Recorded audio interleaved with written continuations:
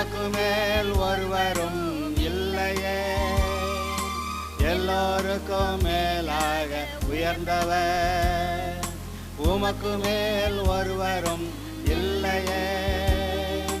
அல்லேலூயா, அல்லேலூயா, அல்லேலூயா, ஆமென். அல்லேலூயா, அல்லேலூயா, அல்லேலூயா, ஆமென். ஒருவரால் சிருஷ்டிக்கப்படாமலே தாமாக என்றென்றும் இருப்பவர். ஒருவரால் சிருஷ்டிக்கப்படாமலே தாமாக என்றென்றும் இருப்பவர்.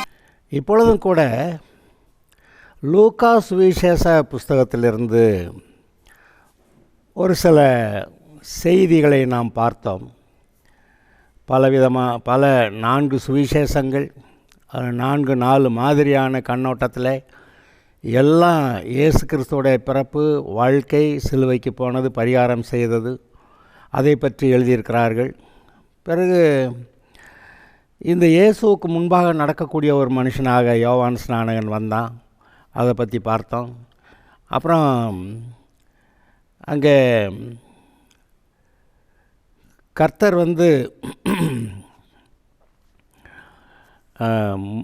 மரியாள்கிட்ட பேசி உனக்கு ஒரு குமாரன் பிறப்பான்னு சொன்னதை பற்றி கேள்விப்பட்டோம், வாசித்தோம். இந்த 2 பேரும், சகரியாவும் இந்த மரியாளும், கர்த்தருடைய வார்த்தையை எப்படி பெற்றுக்கொண்டார்கள்? சகரியா கர்த்தருடைய வார்த்தையை விசுவாசிக்கலை, அவிசுவாசத்தில் பேசுனதுனால கர்த்தருடைய சித்தத்தை நிறைவேற்ற முடியாதபடி இவன் பேசியே கெடுத்துருவான்னு சொல்லி தற்காலிகமாக சகரியாவை கர்த்தர் ஊமையன் ஆக்கி வைத்திருந்தார். ஆனால் விசுவாசித்த மரியாள் கர்த்தர் சொன்னபடி அதுபடி எனக்கு கடவுது என்று சொல்லி ஒப்புவித்தாள் என்று பார்க்குறோம். 2 பேர்கிட்டையும் காபிரியல் தூதன் தான் பேசியிருக்கிறான். 2 பேர்கிட்டையும் கர்த்தருடைய வார்த்தை தான் சொல்லப்பட்டிருக்கிறது. ஆனாலும் கூட ஒருவர் விசுவாசித்து ஒருவர் விசுவாசிக்காமல் போனதுனால அது என்ன நடக்கிறது என்று பார்க்கிறீர்கள். ஒருவேளை இன்றைக்கி அநேக விசுவாசிகள் கூட கர்த்தருடைய வார்த்தையை, நல்ல விசுவாசிக்கிறதுனால எப்படி சகரியா ஊமையனா போனானா அது மாதிரி அநேக விசுவாசிகள் இருக்கிறார்களோ என்று தோன்றுகிறது. விசுவாசித்தவளே பாக்கியவதி என்று சொன்னபடி மரியாள் கர்த்தருடைய வார்த்தையை விசுவாசித்தது மிகுந்த சந்தோஷம்.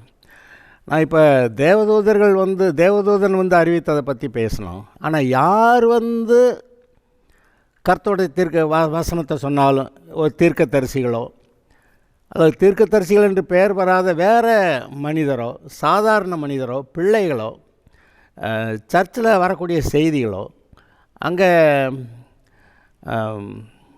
சில முதியோர்களுடைய அனுபவசாலி யார் பேசினாலும் அது கர்த்தருடைய வார்த்தையாக இருந்தால் அதை விசுவாசிக்கிற இருதயம் நமக்கு தேவை.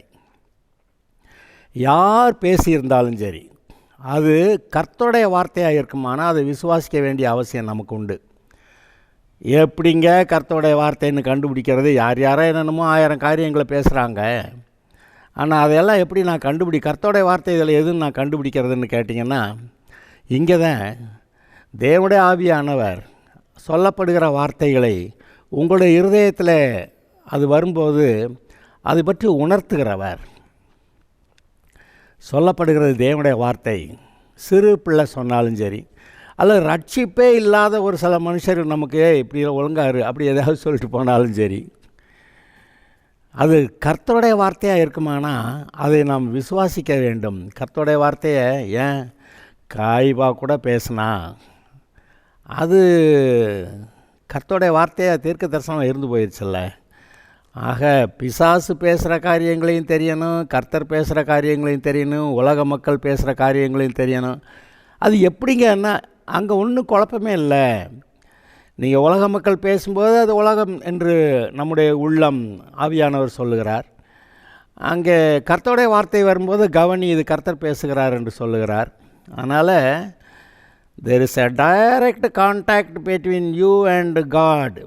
உங்களுக்கும் தேவனுக்கும் நேரடியாக ஒரு தொடர்பு இருக்கிறது.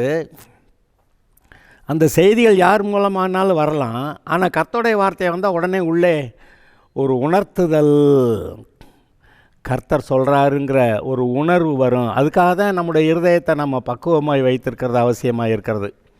உடைய இருதயத்தை எல்லா காவலோடும் காத்துக்கொள், ஏனென்றால் அதற்குள்ளிருந்து ஜீவ ஊற்று புறப்படும் என்று சொல்லியிருக்கிறதே. அதனால் நம்முடைய இருதயத்தை கர்த்தர் பேசுகிறத கவனிக்கிறதுக்கு ஏற்ற விதத்தில் அதை பக்குவமாக வச்சுருந்தா கர்த்தர் பேசுகிறது எல்லாமே தெரியும். கர்த்தர் ஏதோ ஒரு நாளைக்கு ஒரு தடவை பேசுவாருங்க, இல்லை. நீங்கள் இருதயம் பக்குவமாக வச்சுருந்தீங்கன்னா அடிக்கடி எதை பேசிகிட்டு இருப்பார். உங்களோடு கூட ஐக்கியம் கொண்டு இருக்கிறதானே அவருடைய விருப்பம். அது இருக்கும். நீங்கள் பரிசுத்த ஆவியிலே ஒரு சந்தோஷத்தை பெறுவீர்கள். ஆவியிலே களி கூறுகிறது. அப்புறம் எந்த நிலைமையில் இருந்தாலும் மனரம்யமாக இருக்கிறது. அதெல்லாம் தேவனோடு கூட இருக்கிற ஐக்கியத்தில் உண்டாகிற காரியங்கள். ஐக்கியம் எப்போ வருது? அவருடைய வார்த்தையை கேட்டு கேட்டு அதன்படி நம்ம கீழ்ப்படிந்து நடக்கும்போது. ஓகே, இது இந்த சொல்லியாச்சு. இன்றைக்கு ஒரு வசனத்தை வாசிக்கிறேன், பிறகு அதை பற்றி சொல்லுகிறேன். மரியாளுக்கு ஒரு செய்தி சொல்லப்பட்டது. என்னது? இதோ நீ கர்ப்பவதியாகி ஒரு குமாரனை பெறுவாய், அவருக்கு இயேசு என்று பெயரிடுவாயாக. மரியாளே, பயப்படாதே, நீ தேவனிடத்தில் கிருபை பெற்றாய் என்று சொல்லப்பட்டது. அப்புறம் தேவதூதன் இன்னும் சொல்கிறான். தேவதூதன் அவளுக்கு பிரதியுத்தரமாக, பரிசுத்த ஆவி உன்மேல் வரும், உன்னதமானவருடைய பலம் உண்மையில் நிலையிடும், ஆதலால் உன்னிடத்தில் பிறக்கும் பரிசுத்தம் உள்ளது தேவனுடைய குமாரன் என்னப்படும். அப்படி சொல்லிட்டான். இதை மரியாள் விசுவாசித்தாள். விசுவாசித்து என்ன சொல்லிட்டா? இதோ நான் ஆண்டவருக்கு அடிமை, உம்முடைய வார்த்தையின்படி எனக்கு ஆக கடவுது என்று சொன்னாள். இங்கே தான் விசுவாசமும் கீழ்ப்படிதலும் ரெண்டு சேர்ந்து வந்துருச்சு. இப்போ மரியாள் கர்த்தரை துதித்து மகிமைப்படுத்தினை பற்றி ஒரு பேசேஜ் வருது. அதை நான் வாழ்த்துறேன், அதை நான் வாசிக்கிறேன். லூக்கா சுவிசேஷம் 1 அதிகாரம் 39 முதல் 55 வரை. அந்நாட்களில் மரியாள் எழுந்து மலை நாட்டிலுள்ள யூதேயாவிலுள்ள பட்டணத்திற்கு தீவிரமாய் போனாள். சகரியாவின் வீட்டுக்குள் பிரவேசித்து எலிசபெத்தை வாழ்த்தினாள். எலிசபெத்து மரியாளுடைய வாழ்த்துதலை கேட்டபொழுது அவளுடைய வயிற்றில் இருந்த பிள்ளை துள்ளிற்று. எலிசபெத்து பரிசுத்த ஆவியினால் நிரப்பப்பட்டு உரத்த சத்தமாய், ஸ்திரீகளுக்குள்ளே நீ ஆசீர்வதிக்கப்பட்டவள், உன் கர்ப்பத்தின் கனியும் ஆசீர்வதிக்கப்பட்டது. என் ஆண்டவருடைய தாயார் என்னிடத்தில் வந்தது எனக்கு எதனால் கிடைத்தது? இதோ நீ வாழ்த்தின சத்தம் என் காதில் விழுந்தவுடனே என் வயிற்றுள்ள பிள்ளை களிப்பாய் துள்ளிற்று. விசுவாசித்தவளே பாக்கியவதி, கர்த்தராலே அவளுக்கு சொல்லப்பட்டவைகள் நிறைவேறும் என்றாள். இந்த மரியாள் அங்கே போய் எலிசபெத்தை பார்க்க போகிறா. ஏன்னா தூதன் சொன்னால் மலடியாக இருந்த எலிசபெத்து இப்பொழுது கர்ப்பம் தரித்திருக்கிறா, அவளுக்கு 5 மாதம். அதெல்லாம் சொல்லிட்டான். அப்போ இவளுக்கு ரொம்ப தெரிந்த உறவின ஒரு ஆளுங்கிறதுனால கிளம்பி போகிறான். அங்கே போன வேகத்தில் இவள் போய் அந்த எலிசபெத்தை வாழ்த்தினாலாம். அந்த சத்தம் கேட்ட உடனே அந்த எலிசபெத்து மரியாளுடைய வாழ்த்துதலை கேட்ட பொழுது அவளுடைய வயிற்றில் இருந்த பிள்ளை துள்ளிற்று. எலிசபெத்து பரிசுத்த ஆவியினால் நிரப்பப்பட்டு, அப்போ அந்த வாழ்த்துதல் கூட கர்த்தரால் உண்டான ஒரு வாழ்த்துதல் என்று கண்டு, கர்த்தர் வந்திருக்கிறார், பேசுகிறார் என்னமோன்னு கவனித்து பரிசுத்த ஆவியிலே நிரப்பப்பட்டாள். அவள் வயிற்றில் இருந்த பிள்ளை துள்ளிற்று. அது சொல்கிறா, உரத்த சத்தமாய், ஸ்திரீகளுக்குள்ளே நீ ஆசீர்வதிக்கப்பட்டவள், உன் கர்ப்பத்தின் கனியும் ஆசீர்வதிக்கப்பட்டது. என் ஆண்டவருடைய தாயார் என்னிடத்தில் வந்தது எனக்கு எதனால் கிடைத்தது? இதோ நீ வாழ்த்தின சத்தம் என் காதில் விழுந்தவுடனே என் வயிற்றில் உள்ள பிள்ளை கழிப்பாய் துள்ளிற்று. விசுவாசித்தவளே பாக்கியவதி, கர்த்தரால் அவளுக்கு சொல்லப்பட்டவைகள் நிறைவேறும் என்றாள். இங்கே பாருங்கள், தேவதூதன் சொன்ன மாதிரி ஒரு வார்த்தையை கூட இந்த எலிசபெத்து சொல்கிறத நம்ம பார்க்குறோம். தேவதூதன் மரியாள்கிட்ட என்ன சொன்னால், கிருபை பெற்றவளே. இங்கே இந்த எலிசபெத் அப்படி சொல்கிறா, ஸ்திரீகளுக்குள்ளே நீ ஆசீர்வதிக்கப்பட்டவள் அப்படி சொல்கிறா. கர்த்தர் உன்னுடனே கூட இருக்கிறார், ஸ்திரீகளுக்குள்ளே நீ ஆசீர்வதிக்கப்பட்டவள் என்று தூதனும் சொல்கிறான் மரியாள்கிட்ட. அதே வார்த்தையை இந்த எலிசபெத்தும் சொல்கிறத கேட்டால், தூதன் சொன்னால் இப்போ இந்த அம்மாவும் அப்படியே சொல்கிறாங்க அப்படின்னு. அது மாத்திரமில்லை, இவ சொல்கிறா, என் ஆண்டவருடைய தாயார் என்னிடத்தில் வந்தது எனக்கு என்ன நான் செய்த என்ன பாக்கியம் அப்படி கேட்குறான். அப்போ என் ஆண்டவருடைய தாயார்னு மரியாளை அப்போவே அவள் சொல்லிட்டா. அப்போ அவளுக்கு ஒரு வெளிப்பாடு. மரியாள் கர்ப்பவதியாவா, பரிசுத்த ஆவியினால் கர்ப்பவதியாவா, குமாரனை பெறுவா. அது தேவனுடைய குமாரன் என்னப்படும், பரிசுத்தம் உள்ளது என்னப்படும். அவனுடைய தகப்பனாகிய தாவீதின் சிங்காசனத்தை கர்த்தர் அவர் கொடுப்பாரு. இம்புட்டு சொன்னதை இந்த எலிசபெத்துக்கும் தெரியுது. அது சொல்கிறா, என் ஆண்டவருடைய தாயார்.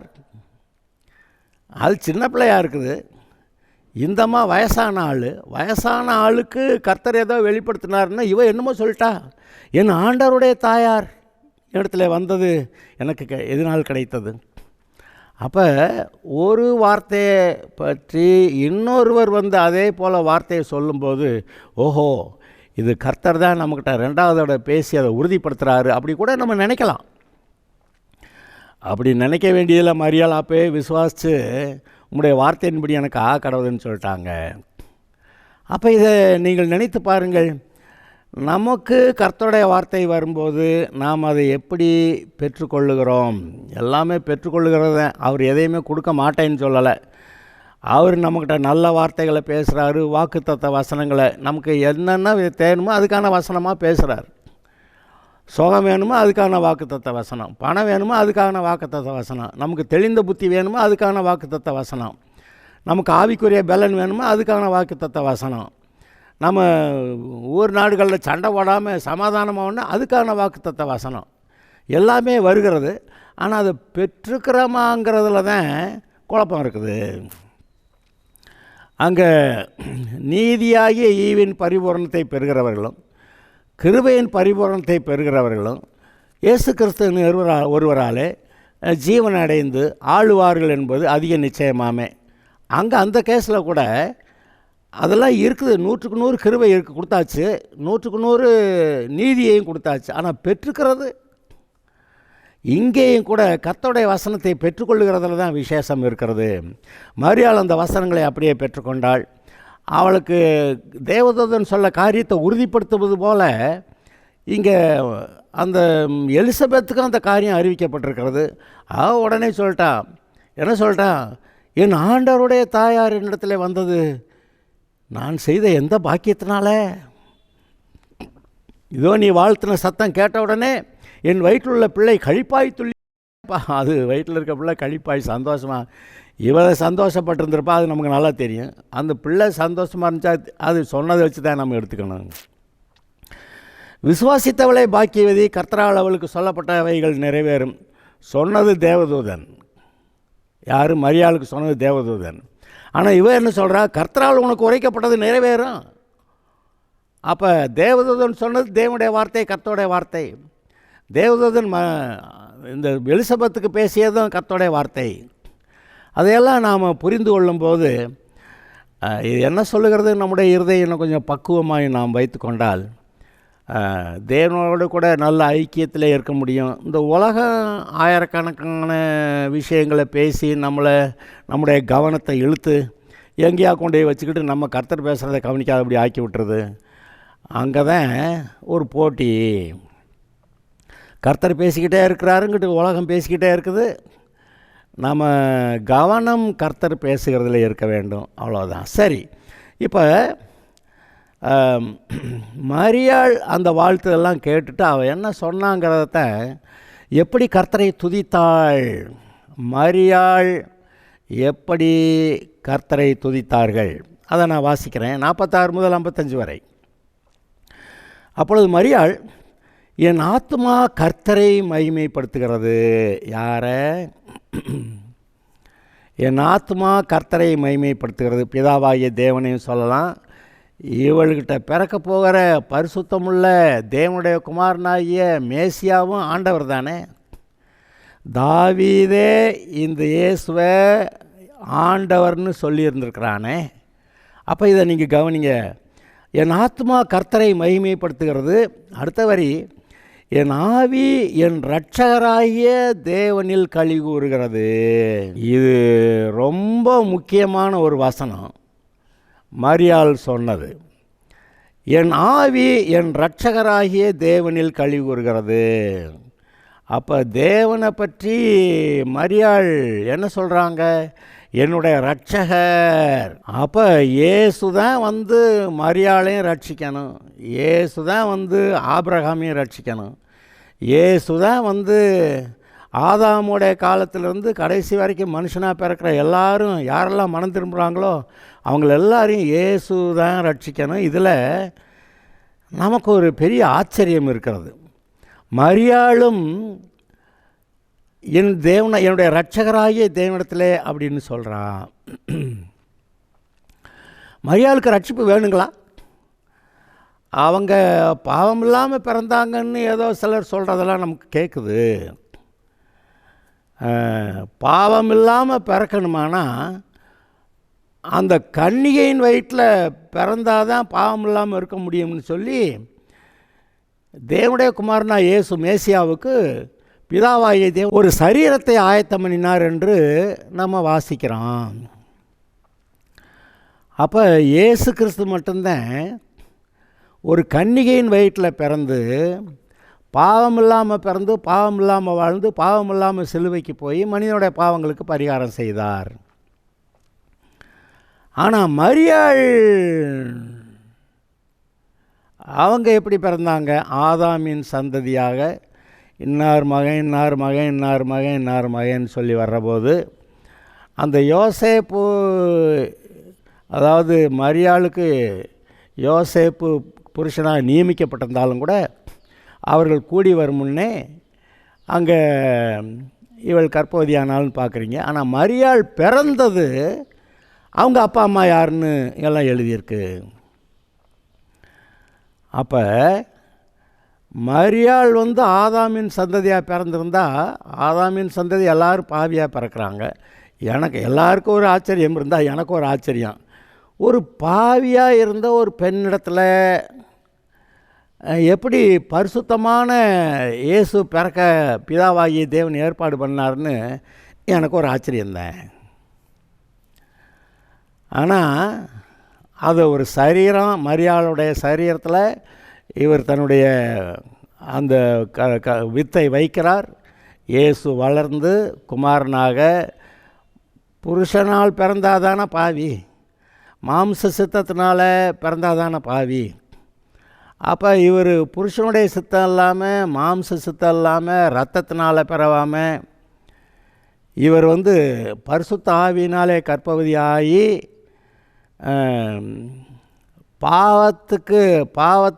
பாவம் வந்து இவரை தொடாத அளவில் மரியாளுடைய வயிற்றில் அவர் வளர்ந்தார். அப்படிங்கிறது எனக்கு ஒரு ஆச்சரியம்தான். ஆனால் அவர் செஞ்சுருக்கிறாரு.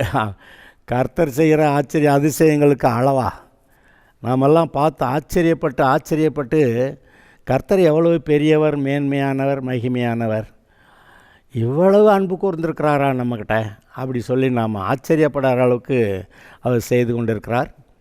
சரி, அப்படி என் ஆவி என் இரட்சகராகிய தேவனில் களி கூறுகிறது. அவர் தம்முடைய அடிமையின் தாழ்மையை நோக்கி பார்த்தார். அவர் யார்? தேவன்.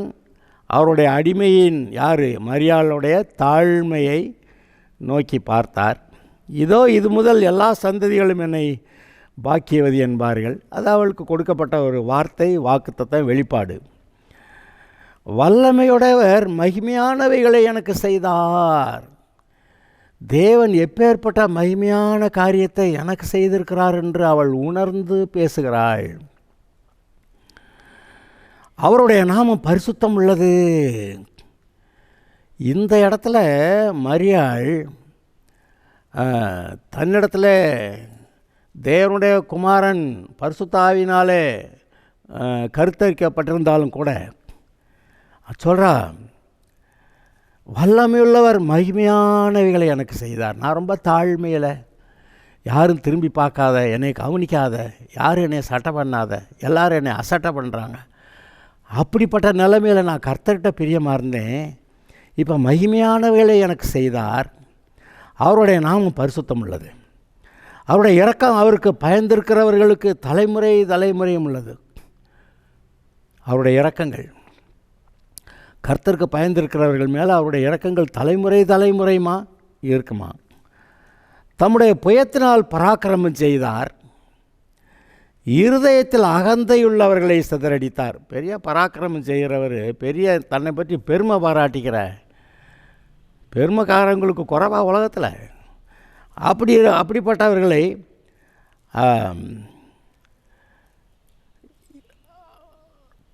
தம்முடைய புயத்தினால் பராக்கிரமம் செய்தார். இருதய சிந்தையில் அகந்தை உள்ளவர்களை சிதறடித்தார். பலவான்களை ஆசனங்களிலிருந்து தள்ளி தாழ்மையானவர்களை உயர்த்தினார். பசியுள்ளவர்களை நன்மைகளால் நிரப்பி ஐஸ்வர்யம் உள்ளவர்களை வெறுமையாக அனுப்பிவிட்டார். நம்முடைய பிதாக்களுக்கு அவர் சொன்னபடியே ஆபிரகாமுக்கும் அவன் சந்ததிக்கும் என்றென்றைக்கும் இரக்கம் செய்ய நினைத்து தம்முடைய தாசனாகிய இஸ்ரவேலை ஆதரித்தார் என்றாள்.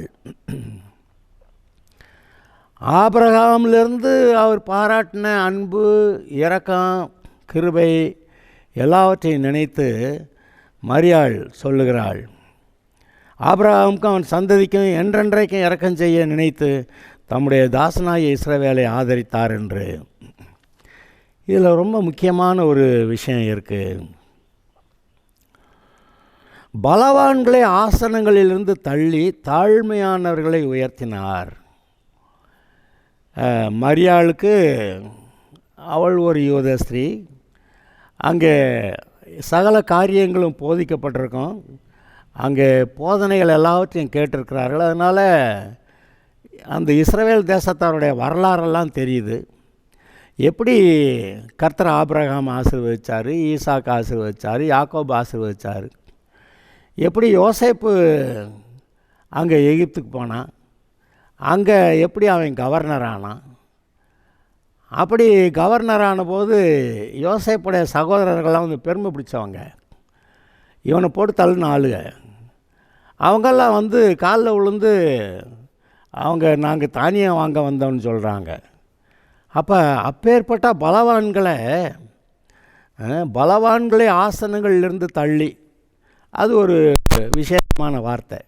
அவங்க கெட்டிக்காரத்தனா நாங்கள் ஆட்சி பண்ணுறான், அதெல்லாம் இல்லைப்பா அப்படின்னு கர்த்தர் சொல்கிறாருன்னு. தாழ்மையானவர்களை உயர்த்தி பசியுள்ளவர்களை நன்மையினால் நிரப்பி ஐஸ்வர்யம் உள்ளவர்களை வெறுமையாய் அனுப்பிவிட்டார். இந்த யோசேப்பு எகிப்துக்கு போனபோது அங்கே இருந்த பார்வோன் ஒரு நல்ல மனுஷன். அவன் கர்த்தர் சொன்னார்னு கேட்டுட்டு இந்த யோசேப்பையே கவர்னர் ஆக்கி வச்சுட்டு, நீ பார்த்துக்கப்பா எல்லாத்தையும், ஏன் வீட்டு காரியங்களையும் நீ சேர்த்து பார்த்துக்க அப்படின்னு சொல்லிட்டான். ஆனால் இந்த யோசேப்பை அறியாத ராஜன் வந்தான்ல, அப்போ தான் பிரச்சனை. அப்போ வந்து இஸ்ரவேல் ஜனங்களை அவன் ரொம்ப அடிமைப்படுத்தி கொடுமையாக நடத்தி கடின வேலை வாங்கி ஒழுங்காக சாப்பாடு கொடுக்காம அப்படியெல்லாம் செஞ்சதுனால நீங்கள் பார்க்குறீங்க, கர்த்தர் அந்த பார்வோனையும் அந்த சேனையுமே தள்ளிட்டார். அவன் அந்த ஜனங்களை கொடுமைப்படுத்தினா, விடுதலையாக்குவதற்கு அங்கே 10 வாதைகளை உண்டாக்குனார். அப்புறம் வெளியே கிளம்பி போனாலும் திரும்பி விரட்டிக்கிட்டே வர்றான். அப்போ பார்வோனையும் சேனையும் செங்கடலில் மூழ்க பண்ணார். அப்போ பார்வோன் அடியாயிட்டானா? எகிப்து தேசத்தில் பெரிய ஆளுங்கிற அப்பேற்பட்ட பார்வோனை கர்த்தர் தள்ளிட்டார், அவனுடைய சிங்காசனத்திலேருந்து தள்ளிட்டார். அப்புறம் இங்கே இஸ்ரவேல் தேசத்துக்கு வர்றபோது வழியில் வனாந்தரத்தில் வந்தபோதும் சரி, அப்புறம் இஸ்ரவேலுக்குள்ளே நுழைஞ்ச போது அங்கே இருந்த அந்த தேசத்தில் குடியிருந்த கானானியர்கள், அந்த ராஜாக்கள், அந்த அந்த யார் ஜெயண்ட்ஸு அவங்க எல்லாம் இவர்களுக்கு விரோதமாக யுத்தம் பண்ணபோது கர்த்தர் இஸ்ரவேலரோடு இருந்து அவர்களை பாதுகாத்தது மாத்திரமல்ல, அந்த தேசத்தை அவர்களுக்கு கிடைக்க பண்ணினார். ராட்சதர்களையெல்லாம் இந்த சாதாரண இஸ்ரவேலர் ஜெயித்துட்டாங்க. ஏன்னா கர்த்தர் கூட இருந்தார்னு தெரியுது. மரியாளுக்கு இதெல்லாம் தெரியுது. இதெல்லாம் யோசித்து பார்க்குறான். எப்படி பெருமையானவர்கள், அப்புறம் ஆளுகை செய்தவர்கள் எல்லாரையும் தள்ளிட்டு தாழ்மையானவர்களுக்கு அவர் உதவி செய்தார், இரக்கம் செய்தாருங்கிறத அதை சொல்ல வர்றான். அப்போ கவனிங்க, அதுக்கப்புறம் என்ன நடந்தது? இவங்க இஸ்ரவேலர் பாவம் செஞ்சதுனால அசிரியாவுக்கு சிறைப்பட்டு போனாங்க. அப்புறம் யூதேயா பாவம் செஞ்சதுனால அவங்க பாபிலோனுக்கு சிறைப்பட்டு போனாங்க. கடைசிக்கு அவங்களையுமே எவ்வளோ பயங்கரமான 2 நாடுகள் 2 ராஜாக்கள் அவர்களையுமே அடித்து தள்ளிட்டு கர்த்தர் வந்து இஸ்ரவேல் ஜனங்களை விடுதலையாக்கி கொண்டு வந்தார்னு நீங்கள் பார்க்குறீங்க. அப்புறம் இஸ்ரவேலருக்கு அங்கே ஆலயம் கட்டும்போதும் சரி, அதுக்கு பிறகும் சரி, விரோதமாக இருந்த ஜனங்களெல்லாம் எப்படி அவர்களெல்லாம் துரத்தி விட்டார், அதெல்லாம் நீங்கள் பார்க்குறீங்க. கிதியோனை எழுப்பி மீதியானியர்கிட்டருந்து கர்த்தர் இஸ்ரவேலரை ரட்சித்தார். அப்புறம் சிம்சோனை கொண்டு இந்த பெலிஸ்தியர்கள்ட்டிருந்து கர்த்தர் இஸ்ரவேலை காப்பாற்றினார். இதெல்லாம் நினைத்து பார்த்த மரியாள் சொல்கிறத கேளுங்க. பலவான்களை ஆசனங்களிலிருந்து தள்ளி தாழ்மையானவர்களை உயர்த்தினார். பசியுள்ளவர்களை நன்மையினால் நிரப்பி ஐஸ்வர்யமுள்ளவர்களை வெறுமையாய் அனுப்பிவிட்டார். நம்முடைய பிதாக்களுக்கு அவர் சொன்னபடியே ஆபிரகாமுக்கும் அவன் சந்ததிக்கு என்றென்றைக்கும் இரக்கம் செய்ய நினைத்து தம்முடைய தாசனாகிய இஸ்ரவேலை ஆதரித்தார். இஸ்ரவேல் யாருங்க? யாக்கோபு தான் இஸ்ரவேல். யாக்கோபு மறுபிறவி எடுத்த மாதிரி இஸ்ரவேலாக மாறிட்டான். அங்கே நீர் என்னை ஆசீர்வாதத்தால் ஒளி உம்மை போக விடேன் என்று சொல்லி கொண்டு இருந்த யாக்கோபு அவர் கேட்குறாரு, உன் பேர் என்ன கேட்டால் யாக்கோபு. ஏன்டா எத்தனை இருக்கிறவன்ட்டா எவனா என்கிட்ட வந்து இதெல்லாம் கேட்குற அப்படின்னு. சரி, உனக்கு இனிமேல் இஸ்ரேல்னு பேர் வைக்கிறேன் அப்படி. அந்த இடத்துல இங்கே மரியாள் இஸ்ரவேலை ஆதரித்தார் அப்படின்னு நீங்கள் பார்க்குறீங்களே, இதெல்லாம் அதிசயங்க. இன்றைக்கு இந்த இஸ்ரவேல் தேசம் இஸ்ரேலுங்கிற பேர் இருக்குதுன்னா அந்த பேரில் தான் இருக்குது. அதை நினைத்து பாருங்கள். இதை இந்த வாழ்த்துதலை மேக்னா கார்டி ஆஃப் மேரின்னு சொல்லுவாங்க. எப்படி மரியாள் தேவனை மகிமைப்படுத்தி உயர்த்தி துதித்து பாடினாள்னு அதை சொல்லுவாங்க. இப்போ நான் திரும்ப ஒரு தடவை வாசிக்கிறேன். அப்பொழுது மரியாள், என் ஆத்துமா கர்த்தரை மகிமைப்படுத்துகிறது, என் ஆவி என் இரட்சகராய தேவனில் களி கூறுகிறது. அவர் தம்முடைய அடிமையின் தாழ்மையை நோக்கி பார்த்தார். இதோ இது முதல் எல்லா சந்ததிகளும் என்னை பாக்கியவதி என்பார்கள். வல்லமையுடையவர் மகிமையானவைகளை எனக்கு செய்தார். அவருடைய நாமம் பரிசுத்தம் உள்ளது. அவருடைய இரக்கம் அவருக்கு பயந்திருக்கிறவர்களுக்கு தலைமுறை தலைமுறையுமாய் இருக்கிறது. தம்முடைய புயத்தினாலே பராக்கிரமம் செய்தார். இருதய சிந்தையில் அகந்தை உள்ளவர்களை சிதறடித்தார். பலவான்களை ஆசனங்களிலிருந்து தள்ளி தாழ்மையானவர்களை உயர்த்தினார். பசியுள்ளவர்களை நன்மையினால் நிரப்பி ஐஸ்வர்யம் உள்ளவர்களை வறுமையாய் அனுப்பிவிட்டார். தம்முடைய பிதாக்களுக்கு அவர் சொன்னபடியே ஆபிரகாமுக்கும் அவன் சந்ததிக்கும் இரக்கம் செய்ய நினைத்து என்றென்றைக்கும் இரக்கம் செய்ய நினைத்து தம்முடைய தாசனாகிய இஸ்ரவேலை ஆதரித்தார். எப்படியாக மரியாள் அவருடைய வார்த்தையை பெற்றுக்கொண்டு தேவனை மகிமைப்படுத்தினாள் என்று இங்கே வாசிக்கிறீர்கள். இது ஒரு பெரிய அற்புதமான பகுதி. இதுபோல் கர்த்தருடைய வசனம் வாக்குத்தத்தம் நமக்கு வந்து அவர் நம்மிடத்தில் பேசும்போது அதை கேட்டு விசுவாசித்து கர்த்தரை துதிக்கிற மனநிலை நமக்கு உண்டாயிருக்க வேண்டியதாக இருக்கிறது. எப்படி மரியாள் கர்த்தரை மகிமைப்படுத்தி துதித்து கர்த்தருடைய வாக்கு தத்தங்களெல்லாம் அவர் நிறைவேற்றாரு, அதெல்லாம் பார்த்து கர்த்தரிடத்தில் உண்மையுள்ளவர்களை விசுவாசிக்கிறவர்களை அவர் ஆதரித்தார் அப்படின்லாம் வருது. அதுபோல் இன்றைக்கு நாம் தேவனுடைய ஆசீர்வாதத்தை சுதந்திரிக்கும்படியாக நாம் கர்த்தருடைய வசனத்தை பெற்றுக்கொண்டு கர்த்தரை துதிக்க வேண்டும். Okay, God bless you.